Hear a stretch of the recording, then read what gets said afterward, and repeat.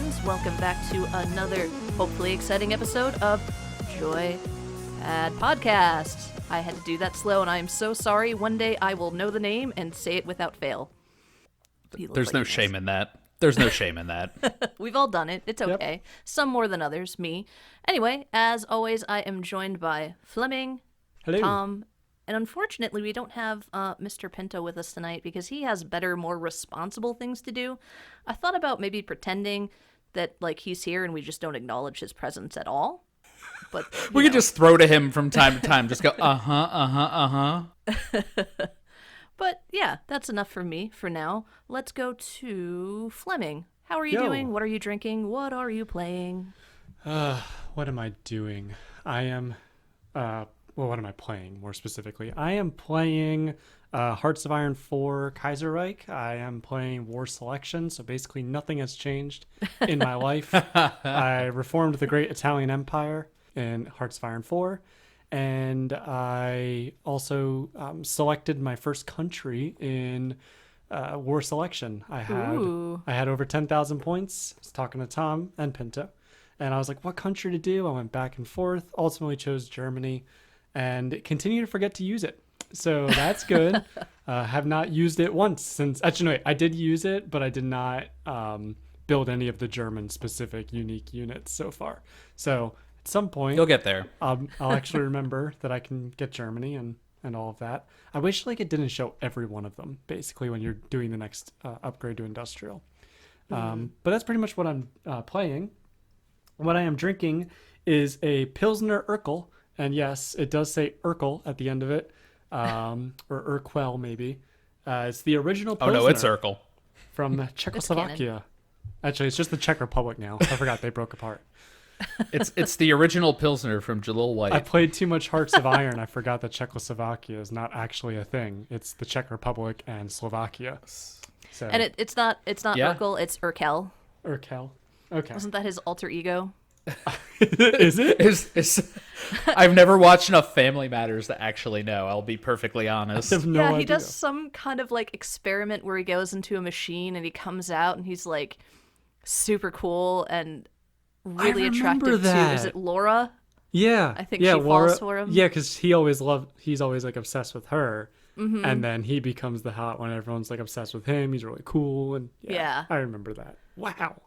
That is a throwback. That's welcome. Early 90s that show came out? Probably, yeah. Something like that, maybe? I don't know. I remember the reruns more than the show. The early 90s were the only time that someone like Urquell could have been a popular character. Just that nerdy mismatched color scheme, pants around the waist, giant glasses kind of deal. We are on such a tangent about Urquell. Oh, listen, man. I still have Corey in the house as my background. You can't see that, internet, because we are audio only this time out. Oh, yes, but, I forgot to mention that. You know, audio only this time. I think the TV show tie-in is still there. Yeah. So anyway, that's what I'm playing, and that's what I am drinking. I also have my wonderful Lancaster County water, so hopefully I will stay well hydrated and able to speak tonight. But Tom, how are you doing? What are you playing? What are you drinking? What do you think about Corey in the house? I love Corey in the house. I want Corey to be in my house just as much as I want Charles to be in charge. Tom, that does not sound good. You want a young boy in your house? Let's I mean, he's not young anymore. Yeah, that's true. Well, let's walk it back. Let's be honest. How old is Corey now? Corey's probably 25. Corey, at a minimum. That's fine. He's in his own house. He's his own homeowner, probably. Anyway. Okay, so I have been playing The Last of Us 2. Mostly on the weekends with my wife. I haven't had a whole lot of time outside of that. I've been super busy with work. But we've gotten to the point where you take over as Abby in the... I don't know if it's the mid-game or the late game or whatever. I was discussing this with Fleming and Pinto while we were playing a game of War Selection the other evening. And my initial reaction was, oh, I'm playing as Abby now. Do I have to care about her? Because I don't. And not in an extremely negative way, to be perfectly honest with you. It was just kind of I'm so invested in Ellie's story and Ellie's kind of perspective that I think it's really hard to switch that gear. It is jarring. But I've been expecting it. So I think it's been a little less jarring on me because I've been expecting it. But I mean, it completely comes at a left field with the way that they transition it. Yeah. But I'm not, again, I don't hate it. I'm not having a bad time. I'm still enjoying the game. I am just finding it, hard to be sympathetic to this character, I guess, is the kind of thing. Yeah. That's fair. I told Fleming and Pinto the first thing I did, like, as soon as I was able to, was have her jump off a building to her death on her own. That's what most people do, so don't feel that bad. I didn't Try know to that change was the a course thing. of history. Like you said, Tom, I think their biggest problem was the fact that they did not let you get more invested in Abby prior to taking over as her. So like you saw her Yeah. do a monstrous thing, and you also like you played as her for what, 5 minutes? Not long. Yeah. So like you didn't really have any investment.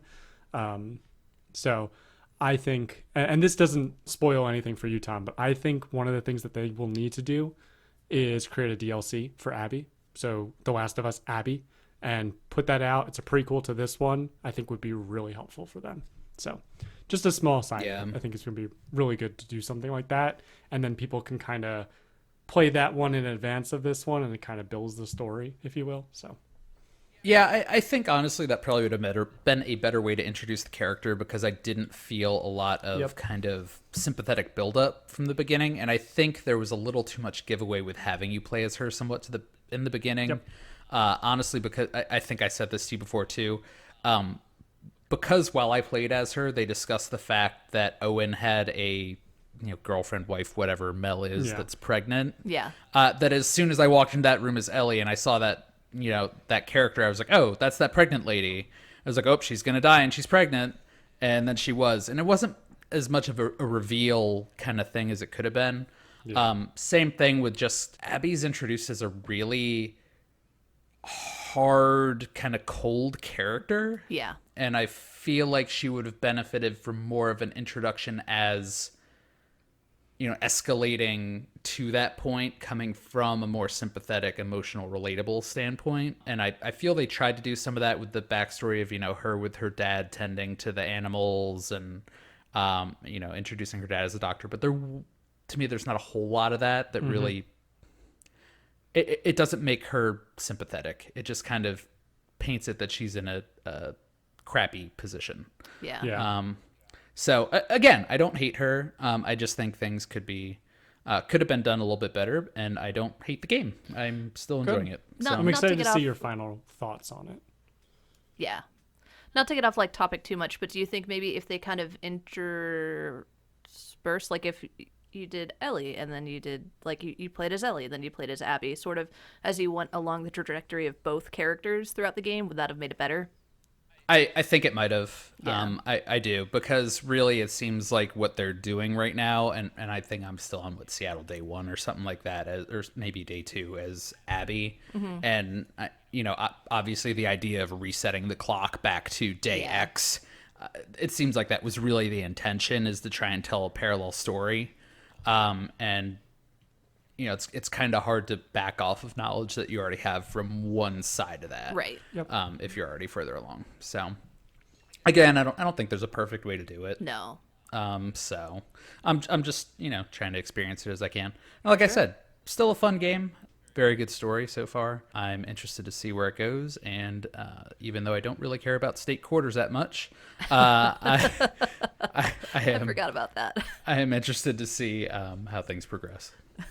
So Cool. that's been the main game that I've been playing. So aside from that, have my energy drink and my glass of water as standard. And Megan, I will throw it to you because that's about it. So what have you been drinking, playing, enjoying, and what are we going to talk about tonight? Cool. Now it's my job.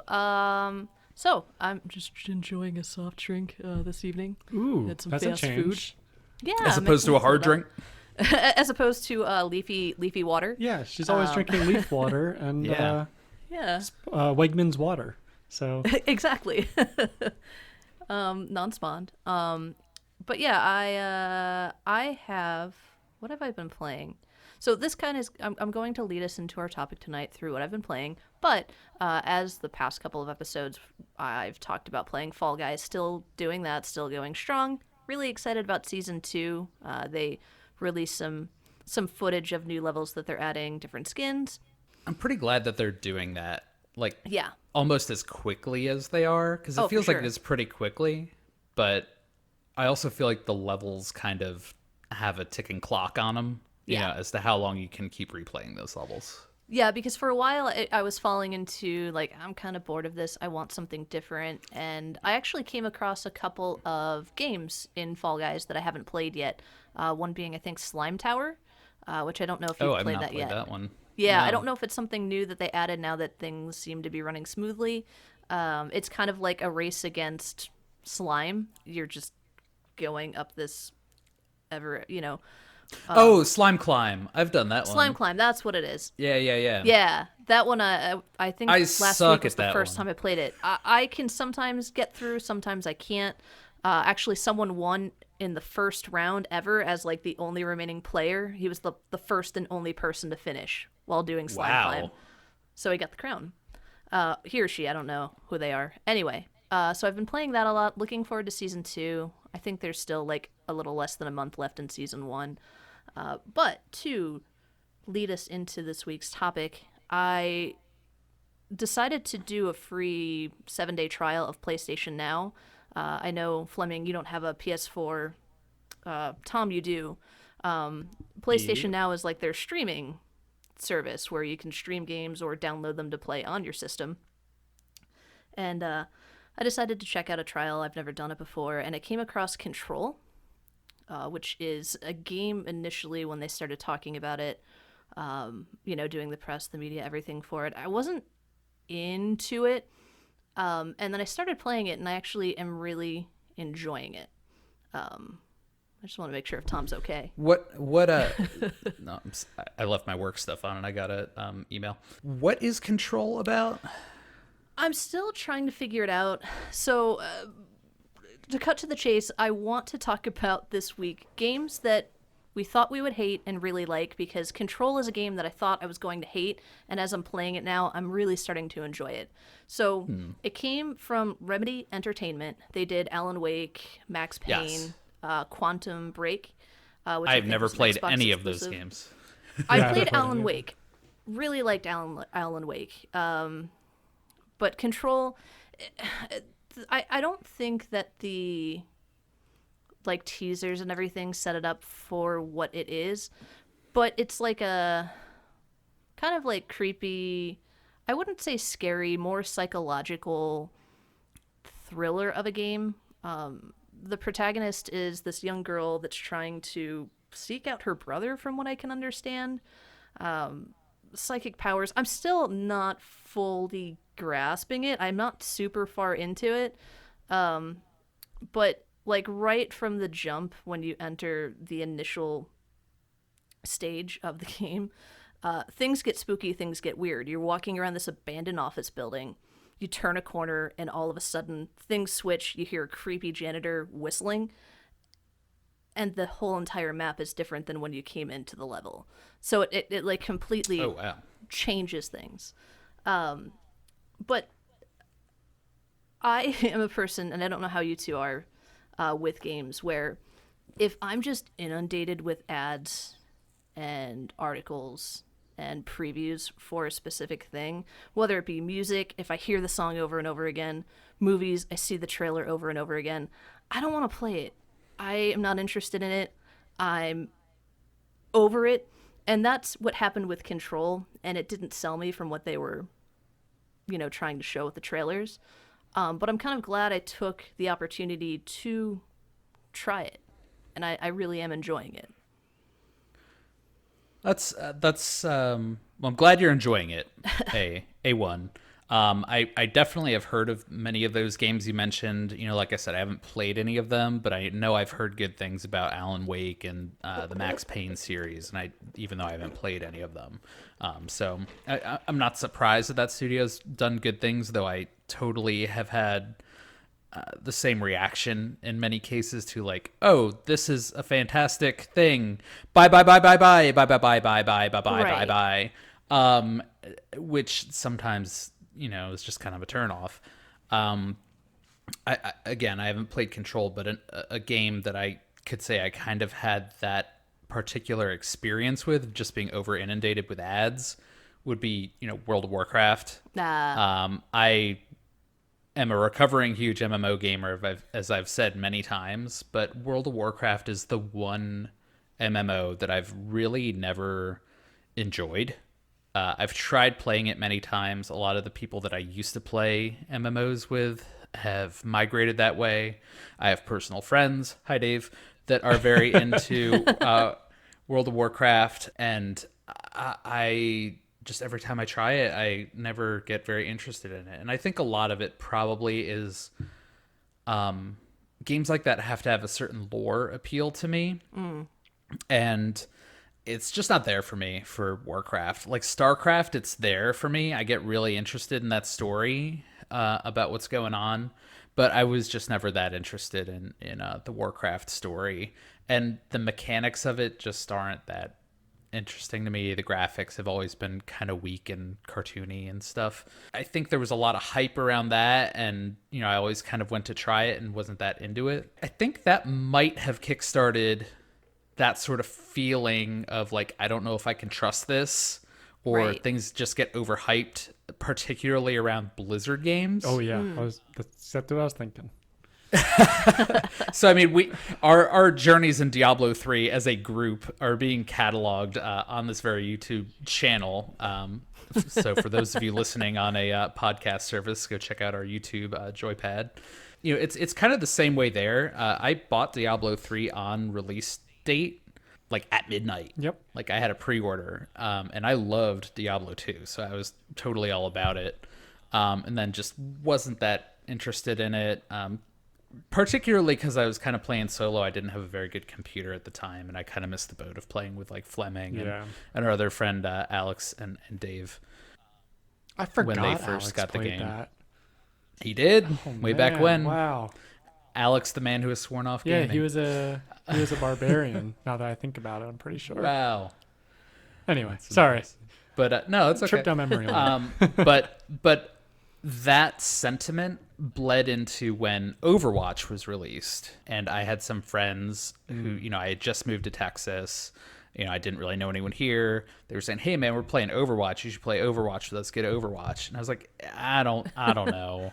But I caved in and got it and tried it, and I love Overwatch. It's a great game. It makes sense to me because back in college, even before then, I got really into the original Team Fortress Classic, back when people were really into Counter-Strike Classic when I was in high school. Team Fortress 2 came out right at the beginning of college, so right around 2007.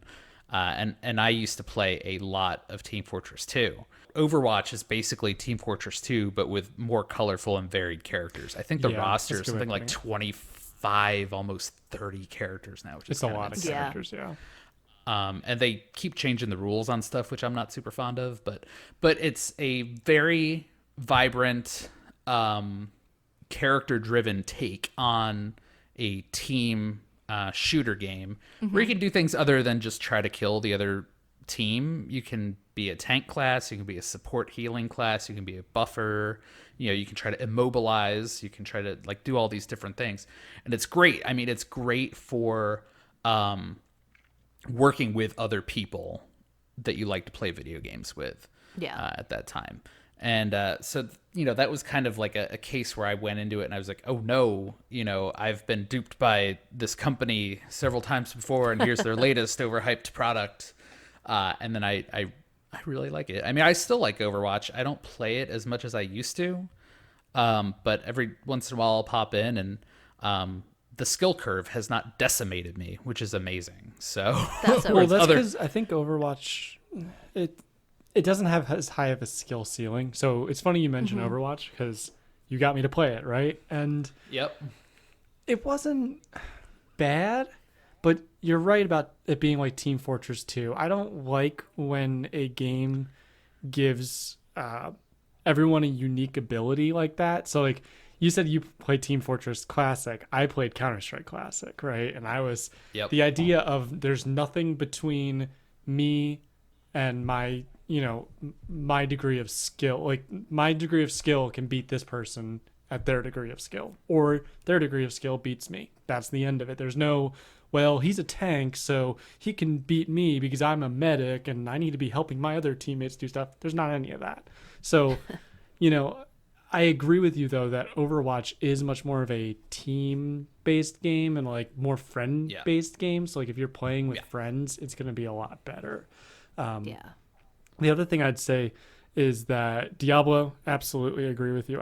I really love Diablo 2. I don't think I ever played Diablo 1, but I didn't either. Yeah. but I played Diablo 2. I remember getting that game and I got it from GameStop. I don't even know why I got it offhand. I just remember being told to get it or thinking I wanted to play it. And I think it was rated R, and the GameStop employee's like, Mrs. Fleming, are you sure he's going to want this? It's rated R and it has blood in it. And my mom's like, oh my God, Satan. Because, Diablo, right? I just need to follow that up with a Diablo acquisition story, because I also got Diablo in a weird means. Like, I had a friend whose mom was like also fearful of that sort of game. Yeah.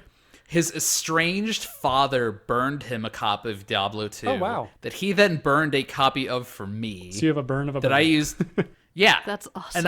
And I used that's like 3 generations of the same license key running on this, and we used to play online together. And it was the same thing with StarCraft. We were all running the same burned license key. Yeah, so I ended up getting Diablo 2. It was a little bit of convincing, but it worked, and I loved that game. But when Diablo 3 came out, do you remember Tom, when it came out, like the marketplace and that kind of thing, where like they were trying to capture Blizzard? They tried to capture that whole selling of items. So there was a big deal of like what's called bot runs, where you use an actual pre-built character, not pre-built, you built them, but like a certain built character that would go and do what was called Mephisto runs. Mephisto was one of the bosses, and you'd rush, you'd set up your bot to teleport basically as quick as possible, reload the game, get more things, items and the like, and then sell them. And you sold them on like eBay, for example. You'd like set up, things to sell on eBay. You sold them on other, not Reddit, but like other kinds of communities similar to Reddit that existed in the early 2000s. And I remember Blizzard with a marketplace tried to like take that over. So they're like, oh, you can sell the items on the marketplace, but we're going to take a massive commission, and, everyone's got to put your money in here, and you can't trade item for item, and all kinds of stuff they tried to do through that. So I just remember that being a big thing. When there's Diablo 3 came out. Yeah, and to be clear, a lot of the eBaying you're talking about was for Diablo 2, right? Yeah, so I'm sorry, it was for Diablo 2. Yeah, Diablo 3, they tried to capture that market and said you can't trade items, but if you put your items on the marketplace, people can buy them from your item store. But Blizzard took a massive commission of that, and I don't think you could pull the money out. You had to keep the money in there. So like you could be, $10,000, but it's all stuck in the Blizzard system, at best. I don't remember the exact specifics. We're going back, 8 or so years now, 7 years, somewhere in that area. Been a little while. So I remember that. And the game was okay. Like, again, it's the kind of game that if you play with friends, it's okay. Because, like, you can just, like, play with your friends. You're hanging out with them. We're having fun with it. Yeah, we're having a decent time with it. But, like, I'm not attached to the story. It's not a game I'd tell anybody to like go and get unless it's like a friend that I want to play a game with. So like I could see my wife being like, oh, I want to play games with you guys, and me being like, well, get this game. It's like $20, super cheap. It's basically a point and click throughout the game, so that would work. But anyway, enough about Blizzard games for a second. Blizzard disappoints me and then excites me again. I mean, Hearthstone, just really quickly, Hearthstone was a good example of a game where I was like, oh, this game's actually really good. I really like this game. See, I had the opposite encounter with Hearthstone. Well, you never everyone loves, but you liked Magic, which is so weird to me. That is weird. That's the thing. Like when I was a kid, I was really into Magic the Gathering and Pokemon, of course, the trading card game. Of course, I thought that went without saying. I think course, if you grew up in the 1990s, Pokemon cards are just your jam. So I know all those mechanics, and then I just wasn't into the idea of buying virtual booster packs and stuff like That's that. true. I think there's something ingrained in me about owning physical cards in that sort of I'm setting. very much and like there's that. That's fair. yeah. And it's also, again, back to the setting thing. So much of it's tied into that lore of Warcraft, and I'm just not interested in that flavor. So, and that, I mean, that's on me. Hearthstone's a very good game. It's just not for me, and a lot of people love it.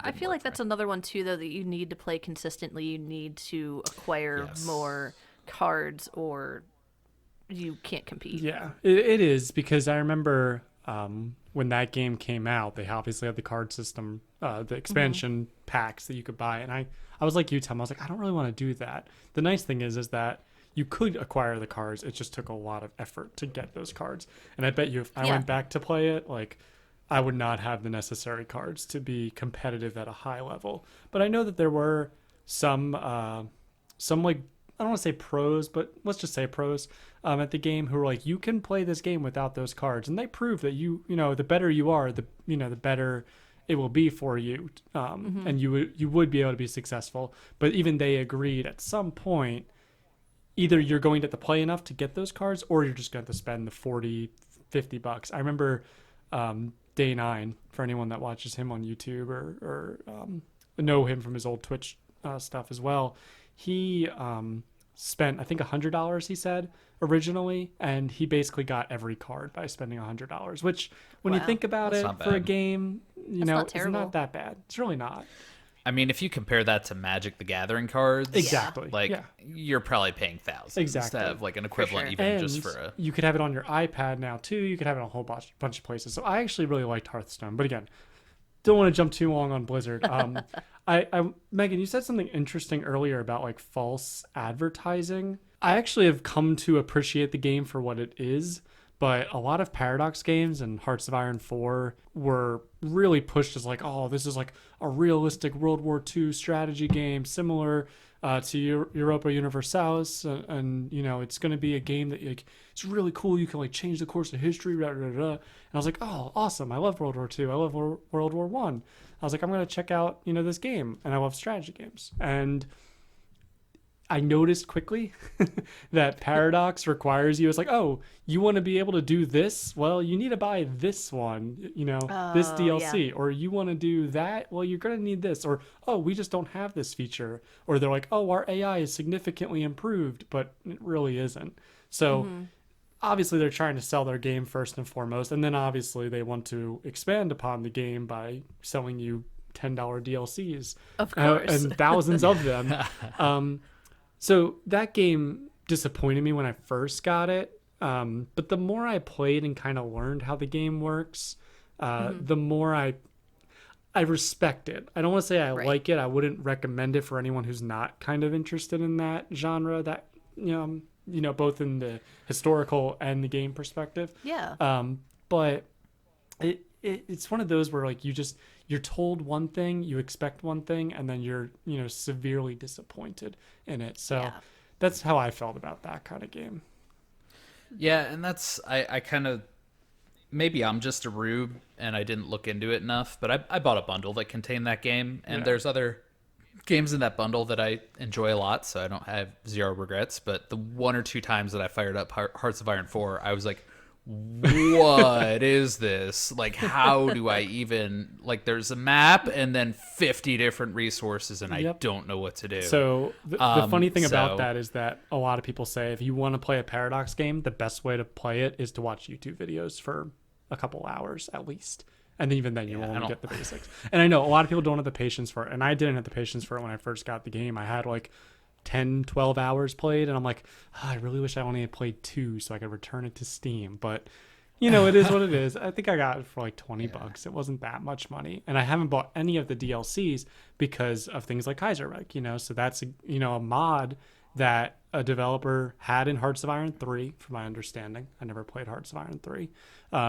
But he ported it over Hearts of Iron 4, and it's really good. Everything is much more fleshed out. You have every country feels like it has a purpose, where in like Yep. Hearts of Iron 4, unless you buy all those DLCs, it's basically you can play as Germany, USSR, Great Britain, maybe France, but it's kind of a waste of time, and the United States. That's like it, and Japan, excuse me, and Japan too. Right. It's kind of it. But with Kaiserreich, it's like you can play as basically any country because they all have a an alternate historical importance in this world of if Germany had won World War One. So definitely finding other opportunities with games. Like that's the other thing too. So you guys have like talked about like Game Grumps and other things like that, or Monster Factory. Finding a way to make the game enjoyable. I really like people that can do that. I'm not as good at that. I like that structure, but people that can like, play with character, building in a game, or a game that's you're tired of, like Skyrim. The idea of creating a completely weird character, a completely insane character, that's also another thing. I think people who get disappointed in games need to just approach it from a different angle, and maybe they'll find some benefit there. We could do an entire episode on game mods that make games that aren't so great really great. Yep. Or games that are great better. IKEA Born. Oh, absolutely. I feel like we talk about the IKEA Born as often as we possibly can, and I'm here for it every time. I'm just up for that. Yeah, I mean, one game that comes to mind in that regard is Civilization. I have played that game with 8 million Civilization mods in 5? every version of it. Every edition of it. I've done I think a it was bajillion 5 different that disappointed mods. me greatly. Whatever the latest I like one 5. is. I like 6. I think 6 is the latest one. 5 is great. 6 is great to me. I don't know. I just like to play the latest one with whatever. I don't play on challenging modes either. I once sat next to a man on an airplane that was playing Civ 6 on like SID difficulty. Oh God. And just like reset the game like 20 times because he wasn't going to do it unless he had a perfect start. Yep. Nope. And I was just like, why? Like, what? If it's not playable without a perfect start, what's the point? I think the highest difficulty I played in that game was like Warlord or something a little like basically mid-tier Prince, maybe whatever that one right around Prince King was. My fun zone in that game is I play on Warlord or Prince, and I dominate everyone technologically, and I bomb the crap out of them while they still have like knights, and I go, and that's it. And you avoid Gandhi because he's insane. Yes, he is the warmonger of all warmongers. So anyway, anyway, we've gotten way off topic so with that. Megan, what other games have disappointed you, or would you actually recommend now after? Yeah, so to kind of touch on a point that I think both you and Tom made with like having to buy things, Hearthstone or Hearts of Iron, where you can buy this DLC. Certain games like Hitman, when it came out, did you guys play the earlier Hitman games? So when they did Hitman again 2016, it was being released as an episodic adventure, and Yes. I wasn't about that. Like, if I'm buying a game to play it, I want a fully, at least somewhat fleshed out product from start to finish. I don't want to have to buy it in chapters. Like, that was kind of a turnoff for me for the Don't Nod games, Life is Strange, and the latest one they have now, I think, is Tell Me Why. I'm not familiar with Tell Me Why, but I'll It be just honest. came out.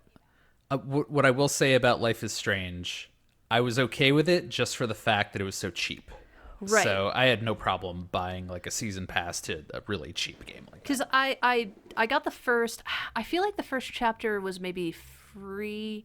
I don't remember. I so, I got the first chapter of Life is Strange. I sat down, I played it, and I didn't like Max's inner monologue. It drove me nuts. It really, I'm like, I can't get into this. She's annoying. I hate her. She's a stupid teenage girl. And I'm like, I'm glad this is free. I think it's dumb that it's episodic. And if I'm going to have to pay like X amount of dollars for every single chapter to continue this girl's story that I hate, I'm not doing it. And then years later, I think they released it completely for free on PlayStation Live. Yeah. That's how I played all the way through. And when I played it all the way through from start to finish, I loved it. And I think if I had to buy it per episode, I wouldn't have continued it. See, that's interesting because my wife and I had the same experience. It was a game we played together. I believe it was released for free because I think that's how we picked it up and played it, the Yeah. first episode. I don't think the first episode is the best episode. It's not. But it had enough of an interesting mechanic and a hook that we stayed in it. Mm-hmm. And then when the next one came out, I think we bought the next episode just as a standalone. And it Okay. was a game that we were just playing as it got released. So we were very much just keeping up with it on the release schedule. And I think after I bought that second one, I went, well, I'm going to buy the season pass because I like this. And then, we went, as it released, we would be like, oh, the next episode's out. Sweet. And we would play it. So it was kind of like, watching next week's episode of a serialized TV show or something like that, which worked for me, but I totally get that it didn't work for you. Mm-hmm. But yeah, I'm not a huge fan of waiting.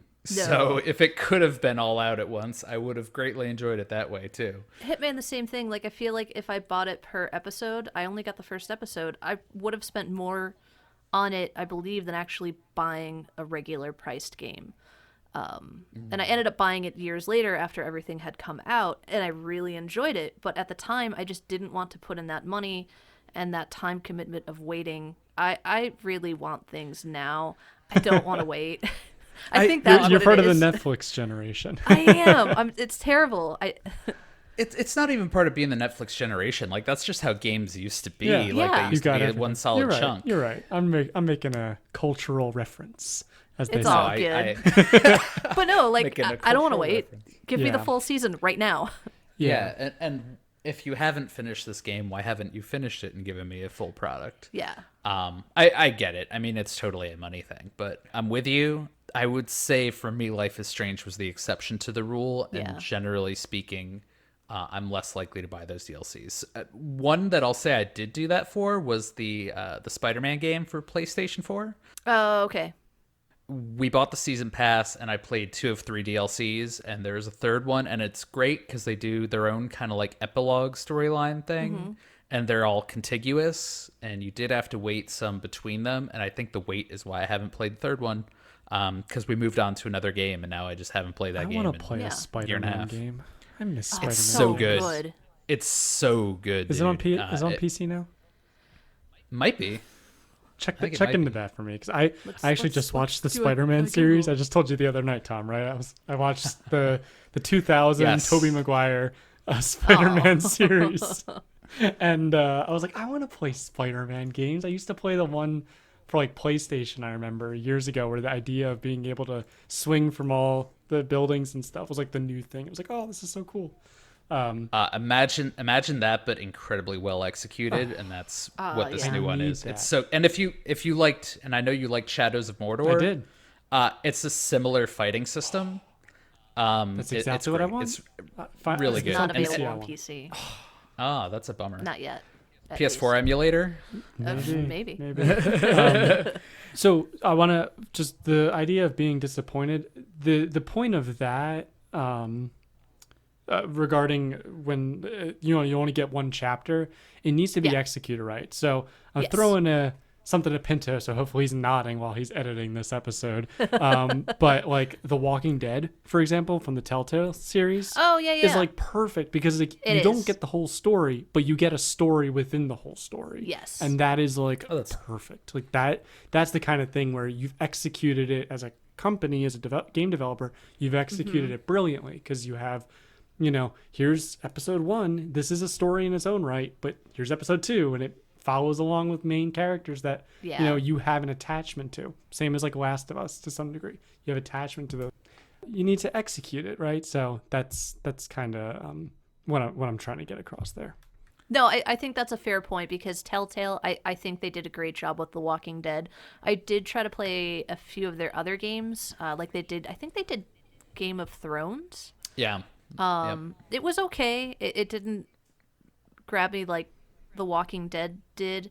And what was the other one? They did something else. I think they did Tales from the Borderland. Oh yeah, they did. That's Yeah. definitely a Telltale game. Yeah. I haven't played any Telltale games because I'm a monster. But You haven't played Walking Dead at Telltale? no, I've never been that into The Walking Dead. I didn't Yeah, really but watch the show at all. I get it. Yeah. I got They need a Game of Thrones Telltale game. there is Then- one. Then you're good, right? Yeah, there is Oh, one. there is is one? one? I would I play didn't it. know that. It doesn't follow like the main characters No, though. It's no. kind of like a Oh. different thing. It like references them, but no, yeah. I'm just burnt out on zombies. That's the thing with The Walking Dead. A for lot me. of people are. A lot of people are burnt out on them. We have gone a couple different ways with this, but to loop back just to the idea of a game I thought I wouldn't like, whether from hype or whatever that I did like. That was really the story of Far Cry for me. Oh, okay. I had never really played a Far Cry game until I built my first PC. And the graphics card that I bought, which was an AMD graphics card, which probably gives you probably dates my first PC build because that's just not done that much anymore. NVIDIA really dominates the consumer graphics card market now. It came with Far Cry 3 for my PC. And I saw, some of the ads for it, and I was like, what's this? I don't really, I've never played this series. It seems kind of generic. Whatever. And then I had nothing to do, and I was looking for a game to play, and I had this game for free, and I said, well, I'll give it a shot. Yeah. And it's not a highbrow concept game, to be perfectly honest with you. It's man gets stranded on island with family, and there is kind of a crazy group of militants there, and another group of militants trying to fight them off. And your guy has army training, so he helps the one group of militants try to kick the other one out of prominence. And there's a villain that keeps kidnapping you and trying to, mess with your head. And it's like if you took the idea of like a first-person shooter solo game and just added my favorite thing in the world, which I bring up every freaking time we talk, which is vibrancy and color, because it's in a tropical island setting. Just add some interesting mechanics like having to climb towers. You can drive cars, use all sorts of weapons, and it has some unique kind of like base capturing mechanics. But, I kind of just, saw the advertising bombarded at me again, like you were mentioning earlier, Yep. and just went like, I don't need this. And then as soon as I gave it a chance, I was, oh, this is fun. This is not life-changing, but certainly enough fun that I will play it. I will have a good time. It has a story that I enjoy. And that went into Far Cry 4, which I bought for the PlayStation 4, played, beat. There's a wonderful little thing you can do there at the beginning of the game where the main villain leaves the room and says, just wait, I'll be back. And stuff kind of goes crazy, and then you have to leave the room and go do stuff. But if you just wait, the game ends, and he comes back and I just never gives you did what you're that. looking for, I'll and have you to leave. try that. Yeah. Cool. That's So awesome. I never played it. it's a fun game. It's the same. Far Cry really took the idea of taking shooters into exotic environments Yeah. and made it fun. Because that one's in India, I believe, is the region, or at least it's a 4 is, surrogate yeah, I for think India. so. Yeah. And you get to ride battle elephants while shooting machine guns and stuff. It's great. Yeah, I felt the same way about Far Cry. The first one that I played was 4, because I would see advertisements and I'm like, oh, that's just like every other game like it that's out there right now, and I find that boring. And for some reason, I decided to pick up 4, and I was hooked on it. I thought it was great. It's fantastic. Like, it's just different enough to make it fun. Yeah. And there's like some, adventuring elements to that game too, which is great. And unfortunately, I have both my own experience and advertising resulting in Far Cry 5, which I don't like at all. I think they did too much with it. Yeah. They tried, they tried to put so much more into it, and they messed with the formula a little bit. I think the story was just better in 3 and 4, Yeah. and the focus was more clear. Whereas 5 was like, let's make a gigantic map, and we'll try to put quest things in places, but it won't make sense. Yeah. Meanwhile, this lady is getting you high for no reason Yep. all the time. That's Far Cry 5, ladies and gentlemen. And Whereas, you can fish. Oh, yeah. You can, can't you? You can. I always, all of those games have that aspect of hunting. Yeah. I think it was more fun in 3 and 4 because it's exotic animals. Yes. And in 5, it's like, here's a deer. Yeah. Right? Because you're in America. Again, great games. One game I would say I almost didn't buy into the hype on was Red Dead Redemption 2. That was the sort of game, again, Rockstar, reputable studio, basically haven't had a miss on many games, but I'm not super into cowboys. Okay. So, I never played the original Red Dead Redemption or Red Dead Revolver or any of that. It just kind of happened that I was looking for a game to play and it was out. And I went, I'll give it a try. And it's great. Yeah. Everyone's right. Sometimes the masses are just right about a game being good and fun. Yep. Who doesn't want to rob a stagecoach? I mean, I'm often one of those people that you hear a lot of people are like, oh, this game's great. And I'm like, is it though? Like whenever someone's like, this is so amazing, I'm like, I don't know if you all are going to be right. And I'm like pleasantly surprised when right. that's not the case. I'm like, damn, this game is really good. Well, yeah, we get burned a lot, right? Yes. Like, sometimes the court of public opinion just runs counter to how we feel. Like, I think of Dark Souls. Like, yeah. for the most part, if you poll the gaming community, Dark Souls is up there as like one of the best games among gamers. And I can't stand it. Like, I can't stand dying that much. And that's just, it's just me. It's just play style. But... I am so glad that Bloodborne was free. Well, the other thing too, though, about that is like, I think it's also changed as I've gotten older. So I don't, and I think you'd agree with me, I don't have as much time to play games anymore.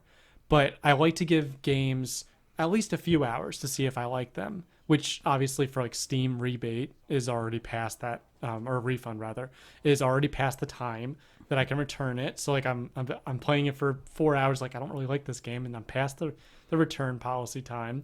And the other thing too is like, I maybe I'm wrong about this, or maybe I'm the weird one, but like when I was younger, $60 or $50, whatever it was a lot of money. Oh, yeah. But like it didn't feel as bad if I ended up not liking a game as much because I had plenty of other, opportunities to play different games, partially because of the time. But like now it's like I spend $50, I played for 5 hours and I hate this game, and I just spent all this money on a game that I don't like. It hits me harder now that it's like my money, and I know it was my money then too, but like now it's my time and my money that I just spent. Oh, I disagree. I'm on the other side of the coin there. Like now, if I buy a game and it's meh, it's like it's meh, whatever. But like back in the day when I was a kid, and I would get maybe like a couple $100 for the whole year to like use as my video game budget, plus whatever I traded into EB Games because it was EB Games back in the day. Or Electronics Boutique. Yeah, back before then. Or Funkoland. The one experience that comes to mind, I've mentioned before my love of Tony Hawk's Underground. Yeah. That was a game I bought with birthday money. And at the same time, there was a new Square Enix game called Unlimited Saga, which was out. And I made the decision to buy Tony Hawk's Underground, but I felt the buyer's remorse because I thought that I really wanted Unlimited Saga. Because I love Square Enix games, and I love... it's not Romancing Saga. I want to say it's called... Saga Frontier was the name of the series. So I had Saga Frontier 1 and 2. Had played both of those. Great JRPG games. Lots of character, lots of story, lots of fun. And Tony Hawk's Underground... it's a skateboarding game. You play it, you have fun. There's a fun competitive co-op versus modes. That's cool, but the story's done after like 10 hours, right? So, I was a kid. I had time. I wanted to play that story mode. So eventually I got enough money together that I went and spent $50 on Unlimited Saga, which was sold at the Walmart, which was kind of amazing. And I played it. That game's awful. There's just like, it's just impossible to play. Like you play on D&D maps and you move around and and since your budget was lower than my budget was nothing. I thought I had this buyer's remorse, then I spent $50 and I had even more buyer's remorse.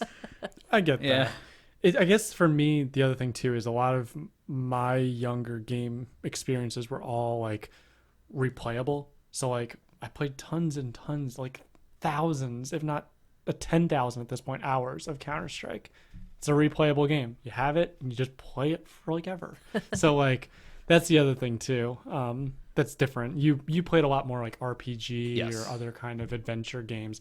I kind of waited till I heard like this game is like the best game, or this game is really good, or it's a 10 out of 10 or whatever, then I'm like, okay, I'll buy it. So like I didn't buy GTA 5 for example when it came out, mostly because I didn't have a PS3 at the time, but I just didn't have it at the time. So Yeah.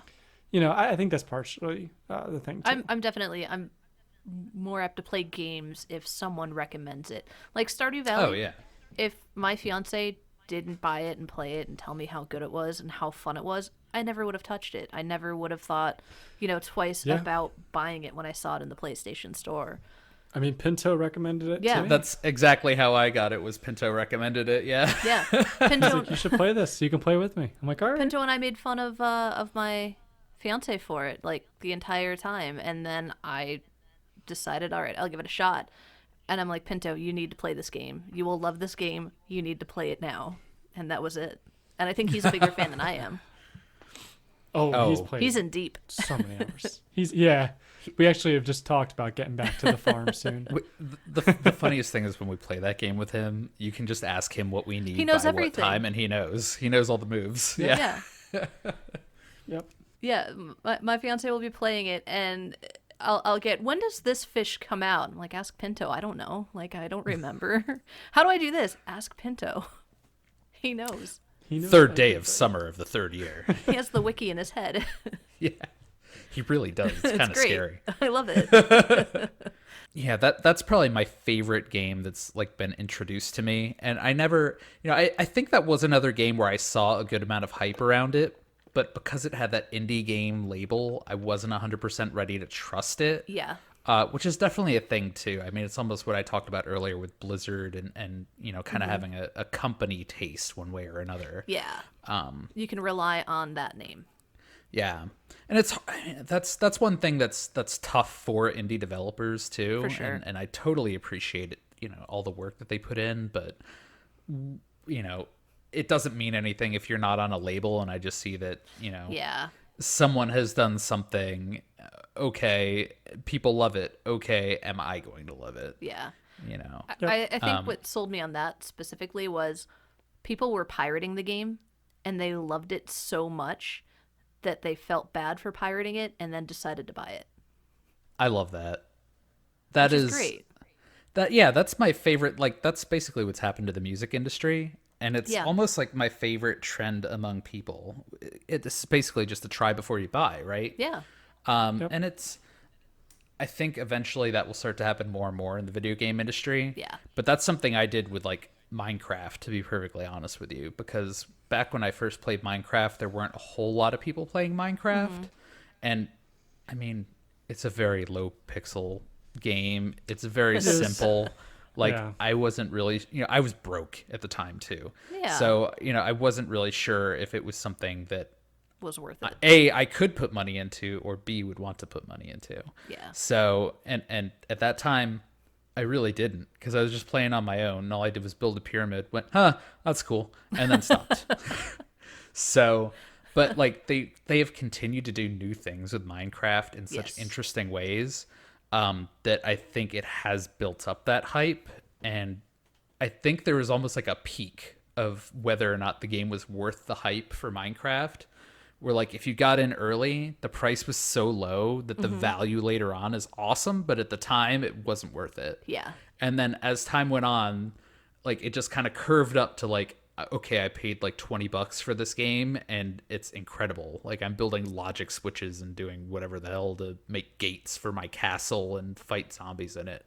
And I still have good times with Minecraft just doing that kind of stuff. I'll be honest with you. If you ever want to just zone out and like smack walls with a pickaxe while watching Black Mirror, that's me all day, every day. I mean, people love Minecraft. It's become huge. I Yeah. thought it was going to disappear after, a year or two, but Yeah. it's still growing. And like, people are building worlds so advanced that like, you don't even have good enough processing power in your server that they have now dedicated to building this, because they built such massive worlds. I'm like, how do you guys do this? Yeah. Who's dedicating the crazy. time? I mean, I saw recently there was a project, Yep. someone, they built like a public library with like banned, documents that are banned in China or something in Minecraft. Oh, wow. So that Oh, that's people who cool. are in China can like bypass the country firewalls and access that or That's something. neat. I think didn't It's amazing.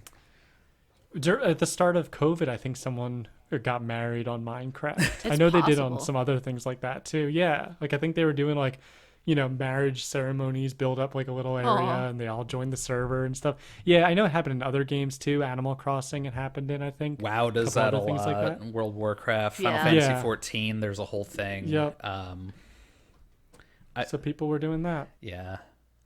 That's another one too. I mean, just to mention it, Final Fantasy 14. I think I had that kind of reluctance of World of Warcraft in my head, and then I never liked the idea of a numbered Final Fantasy being an online Yeah. MMO. That felt a little bit like sacrilege in my heart since I was like 13 years old when Final Fantasy 11 came out. And I never played Final Fantasy 11. I did. Did you not like it? I didn't. I know nothing of the story of that game, if there even is one. Yeah. I can't even tell you. Probably don't even remember. No. I think I blocked it from my mind. Well, I felt like I took a lot of that into playing Final Fantasy 14, which I did on like a trial at some point. There's a lot in there that ended up winning me over because, again, there somehow is a cohesive narrative that is Final Fantasy at its core. Right. And it has a lot of cool stuff like job class systems Yeah. and stuff like that. And you can change jobs the entire way through in your character, which is really neat. So eventually it won me over with that. I mean, I have a character that's relatively high level in that, even though I haven't played it in, God, I'd have to say like 6 months or something like that. But it actually has good stories. Like this first expansion of that game has a very good story about fighting this dread dragon named Nidhogg and all this stuff. It's really cool. So I would advise it. I did not play it with friends. Just use the group finders in the game. I think it's relatively cheap to get at this point, if not free through a certain point. It was free briefly on live, I think, within the past couple of months. But doesn't it have sounds a right. monthly subscription? I It thought it does. There's probably like a 60-day free trial There or is, something. yeah. Yeah. But yeah, it's like I want to say $10-15 a month. Which for me, when I'm into that sort of game and that's the only game that I really play, that's fine to me because then I'm spending $15 a month instead of like $60 here and there on stuff, Right. which Yep, you're is right. fine. That was just another game that I was, I had that sour taste of a lemon in my mouth, and then I went into that just kind of like, I'm not gonna like this, and then I went, oh, okay, Cool. I didn't realize I could do this. Megan, it's about that It time. is. Looking at the clock. We should start It's wrapping time to it leave up. people. As been real. usual, I could keep going forever. You could always talk, Tom. I'm a talker, man. You could tell us a story from when you were like 7 and you played a weird game. Don't. was I see you thinking. October of 97. It was the War of 1832, and my young boy. Well, as always, thank you for indulging me in this week's topic. I appreciate it. I hope you listeners enjoyed it as much as I kind of did talking to everyone about it. Not kind of, I did. Anyway. I heard you're kind of. It's okay. As always, if you are feeling kind or, mean, leave us a review, positive or negative. If you're into that thing, click the thing with the stars on the podcatcher. Let us know how we're doing because, we want to know if you're into us or not.